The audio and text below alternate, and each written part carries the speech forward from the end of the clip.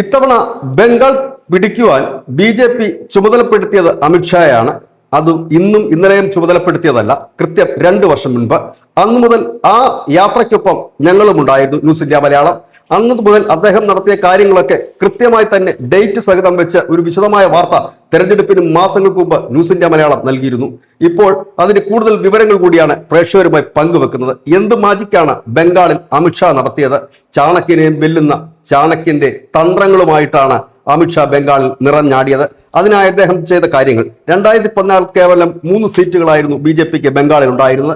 2021 ആയപ്പോഴേക്കും 77 സീറ്റും 10% വോട്ടും മാത്രമാണ് ഉണ്ടായിരുന്നത്. പിന്നീട് അത് 38, അതായത് 2016 3 സീറ്റ് നേടുമ്പോൾ 10% വോട്ടാണ്. ഇവിടെ ശ്രദ്ധേയമായ ഒരു കാര്യം, കേരളത്തിൽ 3 സീറ്റ് നേടിയപ്പോൾ 11% വോട്ടുണ്ടായിരുന്നു കേട്ടോ. 2021 ആയപ്പോഴേക്കും 77 സീറ്റും 38% വോട്ടും BJPക്ക് നേടാൻ കഴിഞ്ഞു. ഇവിടെ നിന്നാണ് അമിത്ഷാ കാര്യങ്ങൾ മുൻപോട്ട് നീക്കുന്നത്. അദ്ദേഹം ദിവസങ്ങളോളം 2 ആഴ്ച 3 ആഴ്ചയൊക്കെ തെരഞ്ഞെടുപ്പിന് മുൻപ് തന്നെ ബംഗാളിൽ വന്ന് താമസിക്കുകയും അവിടെ ആദ്യം അദ്ദേഹം ചെയ്തത് ഈ നേതാക്കൾക്കിടയിലുള്ള അഭിപ്രായ ഭിന്നതകൾ പരിഹരിക്കുക, ഒപ്പം തന്നെ അവരെ ഏകീകരിച്ച് ഒറ്റക്കെട്ടായി നിർത്തുക എന്നുള്ളതായിരുന്നു. ഒപ്പം തന്നെ പ്രാദേശികമായിട്ടുള്ള നേതാക്കളുടെയും പ്രവർത്തകരുടെയും ഒക്കെ വികാരം അദ്ദേഹം മനസ്സിലാക്കി. അതിനുശേഷം അദ്ദേഹം ചെയ്തത് ബൂത്തുകൾ ശക്തിപ്പെടുത്തുക മാത്രമല്ല ചെയ്തത്, ബൂത്തിൽ നിന്ന് കിട്ടുന്ന വിവരം, ഫീഡ്ബാക്ക് അപ്പോൾ തന്നെ അവലോകനം ചെയ്യാൻ കേന്ദ്രത്തിൽ ഒരു വാർ റൂം തുറക്കുകയും ചെയ്തു. അതായത് 40,000-ഓളം വരുന്ന ബൂത്ത്, ആ ബൂത്ത് ലെവലിൽ നിന്ന് കിട്ടുന്നത് എല്ലാ ദിവസവും ഫീഡ്ബാക്ക് കൊടുക്കണം, അപ്ഡേറ്റ് ചെയ്യണം. ഒപ്പം തന്നെ പ്രചരണം നിശ്ചയിച്ചത് പ്രാദേശികമായിട്ടുള്ള നേതാക്കള്, ബൂത്ത് തല പ്രവർത്തകർ, ഇവരിൽ നിന്ന് ശേഖരിക്കുന്ന വിവരങ്ങളുടെ അടിസ്ഥാനത്തിലാണ് പ്രചാരണം പോലും BJP പശ്ചിമ ബംഗാൾ സെറ്റ് ചെയ്തത്. കാരണം എന്തെന്ന് ചോദിച്ചാൽ പല ഭാഗത്തും പല രീതിയിലുള്ള പരാതികളാണ് BJPക്ക് ഉണ്ടായിരുന്നത്. ചിലയിടത്ത് കുടിവെള്ളത്തിന്റെ വിഷയങ്ങളുണ്ട്, ചിലയിടത്ത് ഗുണ്ടകളുടെ ആക്രമണമുണ്ട്, അങ്ങനെയുള്ള ആ വിഷയങ്ങളൊക്കെ പ്രത്യേകം ക്രോഡീകരിച്ചുകൊണ്ടായിരുന്നു പ്രചാരണം പോലും നടത്തിയത്. ഇത് ഒരു വലിയ വിജയം കണ്ടു. ഒപ്പം തന്നെ മുതിർന്ന നേതാക്കൾക്ക് കർശനമായ നിർദ്ദേശം കൊടുത്തു. കേഡർ സ്വഭാവം കൃത്യമായി തന്നെ നടപ്പാക്കി, അച്ചടക്കമില്ലാത്തവരെ കൃത്യമായി തന്നെ പുറത്താക്കുമെന്ന് നിർദ്ദേശം കൊടുത്തു. ഇതോടുകൂടി തന്നെ നേതൃനിര ഒറ്റക്കെട്ടായി നിൽക്കുകയായിരുന്നു. കാരണം അതിനിടയിൽ ഒരുപാട് അഭിപ്രായ ഭിന്നതകളും ഗ്രൂപ്പും ഒക്കെ ഉണ്ടായിരുന്നു. അതെല്ലാം മാറ്റിവെച്ച് ഒറ്റക്കെട്ടായിട്ട് നിർത്താൻ അമിത്ഷായുടെ കാർക്കശ്യത്തിന് കഴിഞ്ഞു. കേഡർ സ്വഭാവത്തിലേക്ക് അവരെ എത്തിക്കുവാൻ വേണ്ടി കഴിഞ്ഞു. തുടർന്ന് അതായത് നേതൃത്വത്തിന്റെ ചെറിയ അസ്വാരസ്യങ്ങൾ പോലും ബൂത്തിൽ പ്രതിഫലിക്കരുത് എന്നൊരു നിർദ്ദേശം കൂടി കൊടുത്തത് കൊണ്ട് ബൂത്ത് വളരെ സ്മൂത്തായി പോയി. ബൂത്തിനെ നിയന്ത്രിച്ചു നേരെ തന്നെ അമിത്ഷായുടെ നേതൃത്വത്തിലുള്ള ഒരു ഗ്രൂപ്പായിരുന്നു ബൂത്തുകളുടെ പ്രവർത്തനങ്ങളും മറ്റും വിലയിരുത്തിയത്. അതുകൊണ്ട് തന്നെ കൃത്യമായി തന്നെ ബൂത്തിലെ പ്രവർത്തനം മുൻപോട്ട് പോവുക തന്നെ ചെയ്തു. ഒപ്പം തന്നെ അഭിപ്രായ വ്യത്യാസമുള്ള പ്രവർത്തകരെ മറ്റും നേരിട്ട് കാണുവാൻ അമിത്ഷാ സമയം ചെലവഴിച്ചു എന്നുള്ളതാണ് ഏറ്റവും പ്രധാനപ്പെട്ട കാര്യം. അദ്ദേഹം ദില്ലിയിൽ ഇരുന്നു കൊണ്ട് ഇമെയിൽ വഴിയോ ഫോൺ വഴിയോ ആയിരുന്നില്ല, കൊൽക്കത്തയിലെത്തി അല്ലെങ്കിൽ ബംഗാളിലെത്തി തന്നെയായിരുന്നു.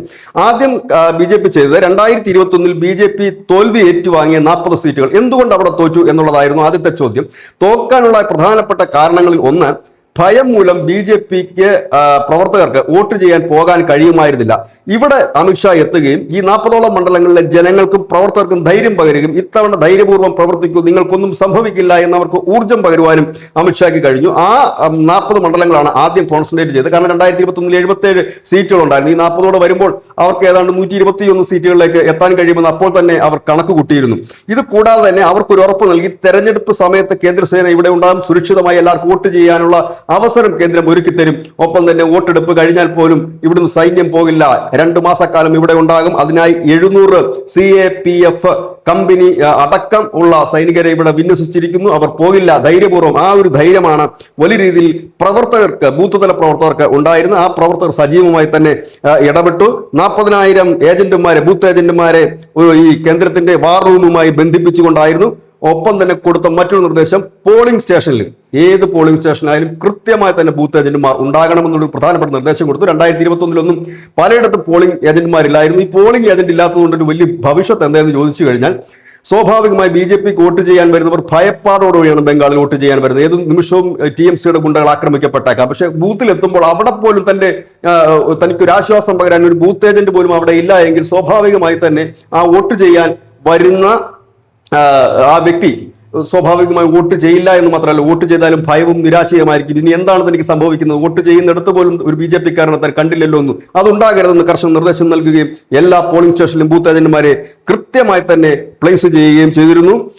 5000 വോട്ടിന് താഴെയാണ് ബംഗാളിൽ ഭൂരിപക്ഷം ഇടങ്ങളിലും BJPയോ തൃണമൂലോ ആര് ജയിച്ചാലും 5000 വോട്ടിന് താഴെയാണ്. അതുകൊണ്ട് തന്നെ ഈ 5000 എന്നുള്ള സംഖ്യ കുറയ്ക്കുക, അതായിരുന്നു ആദ്യം നടപ്പാക്കിയ തന്ത്രം. അതിനുവേണ്ടി ചെയ്തത് ഒരു പേജ് പ്രമുഖ്, ഈ നമ്മുടെ വോട്ടർ പട്ടികയുടെ ഒരു പേജിന്റെ പ്രമുഖ് 50 പേരെ കാണണം, ക്യാൻവാസ് ചെയ്യണം. അത് നിരന്തരം 50 പേരെ കണ്ട് ക്യാൻവാസ് ചെയ്യണം. 10 പുതിയ വോട്ടർമാരെ ചേർക്കണം. അങ്ങനെ 60 പുതിയ വോട്ടർമാരെ ചേർക്കുക. അങ്ങനെയെങ്കിൽ ഈ 5000 വോട്ട് മറികടക്കുക എന്ന് പറഞ്ഞാൽ 2500 വോട്ട് മറികടക്കുക എന്നുള്ളതാണ്. ഈ 2500 വോട്ട് മറികടന്നാൽ ഒരു 2501 വോട്ട് പിടിച്ചു കഴിഞ്ഞാൽ സ്വാഭാവികമായി തന്നെ അവിടെ BJPക്ക് ജയിച്ചു കയറാൻ കഴിയും. അതുകൊണ്ട് തന്നെ കൃത്യമായി ഒരു മണ്ഡലത്തിലെ 3000 വോട്ട് ഇത്തരത്തിൽ അധികമായി 10 പേരെ ചേർക്കുന്നതിലൂടെ 3000 വോട്ട് ഓരോ മണ്ഡലത്തിലും കൃത്യമായി പുതിയതായി BJPയിലേക്ക് എത്തി. അവരെ ചേർത്ത് പിടിക്കാൻ BJPക്കായി. ഒപ്പം തന്നെ ഓരോ പേജ് പ്രമുഖും 50 പേരെ വെച്ച് കണ്ടുകൊണ്ടിരുന്നു. അവരുടെ ഫീഡ്ബാക്ക് സംസ്ഥാനത്തിനല്ല പോയത്, കേന്ദ്രത്തിന് നേരിട്ടാണ് ഈ ബൂത്ത് തല ഏജന്റുമാരുടെയും ഈ ബൂത്ത് പ്രസിഡന്റുമാരുടെയും ഫീഡ്ബാക്കുകൾ പോയത്.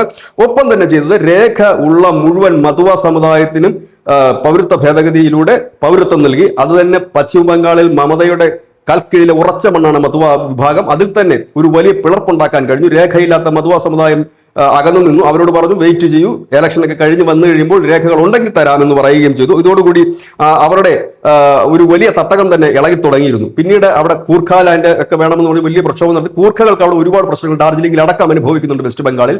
ആ കൂർഖകളോട് പറഞ്ഞത് അധികാരത്തിലേക്ക് 6 മാസം കഴിയുമ്പോൾ നിങ്ങൾ ഉയർത്തിയ പ്രധാന ആവശ്യങ്ങൾക്കൊരു പരിഹാരം കാണുമെന്ന് പറഞ്ഞു. സ്ത്രീകൾക്ക് 3000 രൂപ പ്രതിമാസം നൽകും എന്ന് പറഞ്ഞു.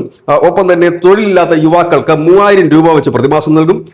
ഭയം, അഴിമതി, ഒപ്പം തന്നെ സ്ത്രീകൾക്ക് നേരെയുള്ള ആക്രമണം, വികസനമില്ലായ്മ ഇവയൊക്കെ ചൂണ്ടിക്കാണിച്ചുകൊണ്ടായിരുന്നു തെരഞ്ഞെടുപ്പിന് ഓരോ പ്രദേശത്തും പ്രത്യേകം പ്രചരണം നടത്തിയത്. മണ്ണിന്റെ മക്കൾ ബംഗാൾ ഭരിക്കും, അതായിരുന്നു BJPയുടെ മുദ്രാവാക്യം. മണ്ണിന്റെ മക്കൾ കുടിയേറ്റക്കാരായി വന്നവർ ഇനി ബംഗാളിൽ നിങ്ങളെ ഭരിക്കില്ല, പകരം മണ്ണിന്റെ മക്കൾ ബംഗാൾ ഭരിക്കും. ബംഗാളിൽ ജനിച്ച, ബംഗാളിൽ വിദ്യാഭ്യാസം നേടിയ ആൾ തന്നെ ഇവിടെ മുഖ്യമന്ത്രിയാകും, നിങ്ങളെ ഭരിക്കുമെന്ന് പറഞ്ഞു. ഒപ്പം തന്നെ നുഴഞ്ഞുകയറ്റം പൂർണ്ണമായി ഇല്ലാതാക്കും, ജനസംഖ്യാപരമായി മണ്ഡലങ്ങളെ മാറ്റി എഴുതിയ മമതയെ തകർത്തെറിയുമെന്ന് പറഞ്ഞു.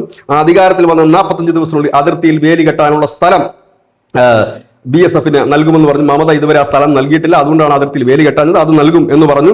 ഒപ്പം തന്നെ അമിത്ഷായുടെ കീഴിൽ നടത്തിയ മൈക്രോ മാനേജ്മെന്റ് ലക്ഷ്യമിട്ടിട്ടുള്ള ഒരു മൊബിലൈസേഷൻ, അതായത് ആ ബൂത്തിനെ ശക്തിപ്പെടുത്തി ആ ബൂത്തിനെ കേന്ദ്രീകരിച്ചുകൊണ്ട് നടത്തിയ ഒരു വലിയ ജനക്കൂട്ടത്തെ ഒരു മൊബിലൈസേഷനാണ് വലിയ വിജയം ബംഗാളിൽ നേടിക്കൊടുത്തത്. ഏതായാലും പ്രിയങ്ക ഗാന്ധി കഴിഞ്ഞ കുറച്ച് ദിവസങ്ങൾക്ക് മുമ്പാണ് പാർലമെന്റിൽ പറഞ്ഞത്, ചാണക്യൻ ജീവിച്ചിരിപ്പുണ്ടായിരുന്നെങ്കിൽ അമിത്ഷാജിയെ നോക്കി ഒരിക്കൽ കൂടി നമിക്കുമായിരുന്നു. ഒന്നല്ല, ഒരു 100 വട്ടം നമിക്കേണ്ടതാണ്. കാരണം ഒരു നേതാവ് ഇറങ്ങിക്കളിക്കുന്നു, അദ്ദേഹത്തിന്റെ തന്ത്രത്തിൽ പശ്ചിമ ബംഗാൾ എന്ന് പറയുന്ന BJPക്ക് ഒരിക്കലും കടന്നു കയറാൻ കഴിയാത്ത ഒരു മണ്ണിലേക്ക് അവർ കടന്നു കയറി കാവിക്കൊടി നാട്ടുമ്പോൾ ചിരിക്കുന്നത് ഈ മനുഷ്യൻ മാത്രമാണ്. News desk, news India Malayalam.